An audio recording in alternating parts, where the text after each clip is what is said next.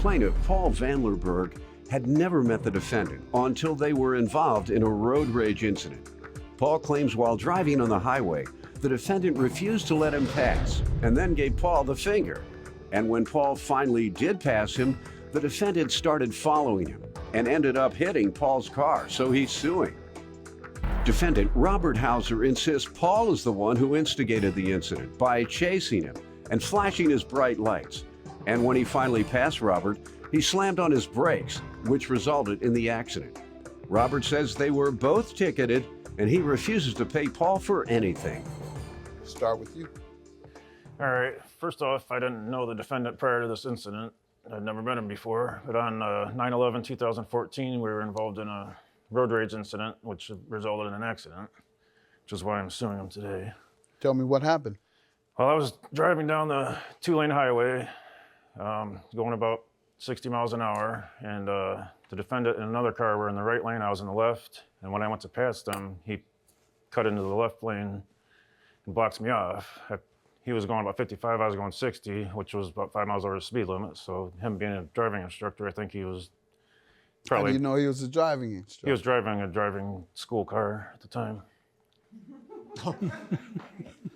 And he jumped in front of you? Yeah, and as I went to pass him, going about 5 miles over the speed limit, he cut over in front of me to block me off, probably because he thought I was going too fast. And he got next to the other car and matched the speed and wouldn't let me pass him. So I flashed my brights at him. He rolled down his window and flipped me off. So I stayed behind him, so I didn't have a choice until the other car exited the highway, and then I got into the right lane and passed him. He immediately got behind me, put his brights on, and followed me for about a mile or two. I sped up to about 65 or so, and then back down to 50, sped back up, and he just stayed right on my butt. So finally, the lights were starting to get to my eyes because it was dark out. And so I decided I was just going to slow down as much as I had to until he went around me because there was no other cars around. And instead of slowing down when I did, it looked like he sped up. You know how when you hit the brakes, the car lights kind of dip? You hit the brakes on the freeway? Yeah, I slowed down to try to get him to go around me. I just wanted him to get away from behind me. I didn't want him to be there anymore. I was just hoping he would just go around and this would be all over. But you don't hit the brakes on the freeway, sir. Well, I admit I probably shouldn't have, but I was getting frustrated, didn't know what to do. Hear from you, sir. Well, sir, I was driving a truck while he was still having his diaper changed. Okay. I've had about 40 years experience as a driving instructor. How many years of truck driving, you say? Yes, sir. How many? Oh, about 40. Okay. I've accumulated a few safe driving awards in my time.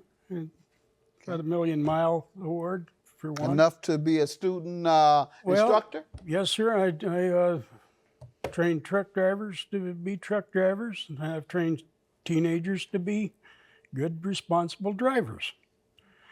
And the situation arose here as we were approaching the intersection of US 24 and 475/23 there in Toledo, which is both are 4-lane highways, and it's a 55-mile-an-hour zone at that time. There's a high-speed ramp coming down from 475 onto 24 West.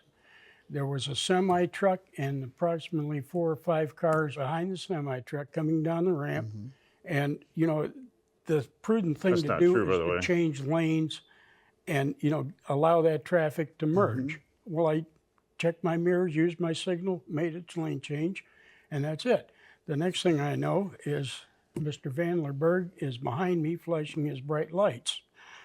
Well, as soon as I could get over, I did. Instead of him going on down the road and doing whatever he wants to do, he decided to chase me down the highway. And he's on my tail, flashing his bright lights. I slowed up a little bit. I says, I want him to go around me, get away from me or whatever. He went out, cut back in, slammed his brakes on, and there we have the accident.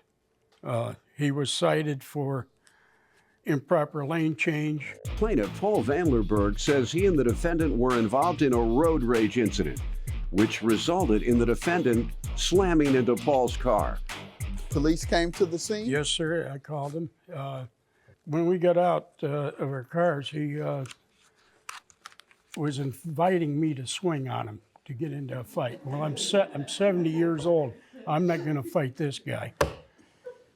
So I went back to the car, the student car, and I called the Waterville police from there and told them, and they said, well, stay away from him. I said, that's exactly what I'm doing. He was cited for improper lane change and an expired tag on his car. They, in turn, cited me for not having assured clear distance, which I could take issue with, but And what happened with these citations? they were dismissed. Okay, and you all paid nothing? We paid court cost, and the understanding was that we take care of our own damages. I was never told that or agreed to that. You only pay court costs in traffic matters when the prosecutor has determined it's really a plea bargain on your behalf. Okay, we'll dismiss it and you pay court costs. That's what happened. Right. So, right. The prosecutor still believed you did something wrong, and you plea bargained out of these tickets to avoid getting points on your record or for whatever other sweet deal that the prosecutor wanted to give you. Right. And for whatever reason. Was she a female and you winked at her, sir? No. Yes, she was. That's what happened. Went in there winking and blinking. Yeah, I'm on a fixed income. Get rid of this baby. That's right, get rid of this baby. Make this go away. Anybody have a police report from the scene? Yeah. Let's see it. Yes. Sir, you're following him too close to irritate him, probably threw the flashes on him like he said. You stopping in front of him, and as you said earlier, I probably shouldn't have done that. I know you shouldn't have. But he's trying to say that I was behind him and I went around him and slammed on my brakes. He was behind me for almost 2 miles. Whatever the case, let me read what the police said here. It was determined that Unit 1 was following Unit 2 too closely and was flashing his high beam lights. As a result, Unit 2 slammed on his brakes, causing Unit 1 to rear end the same. Both vehicles were issued citations. I'm going to conclude as contributory negligence. So I'm going to give you half. 2,068 divided by 2. $1,034. $1,034 is your judgment. I'm concluding that you contributed to this damage, and sir, you as well. That's my judgment. Have a good day. Thank you, Your Honor.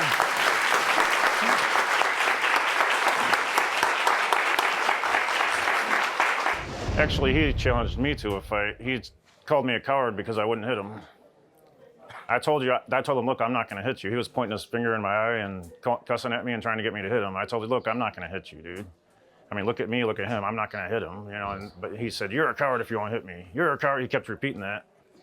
And that's when I turned around, walked and got in my car and shut the door and waited for the police to get there. You've called me a liar many a time. Now it's my turn. You are a liar.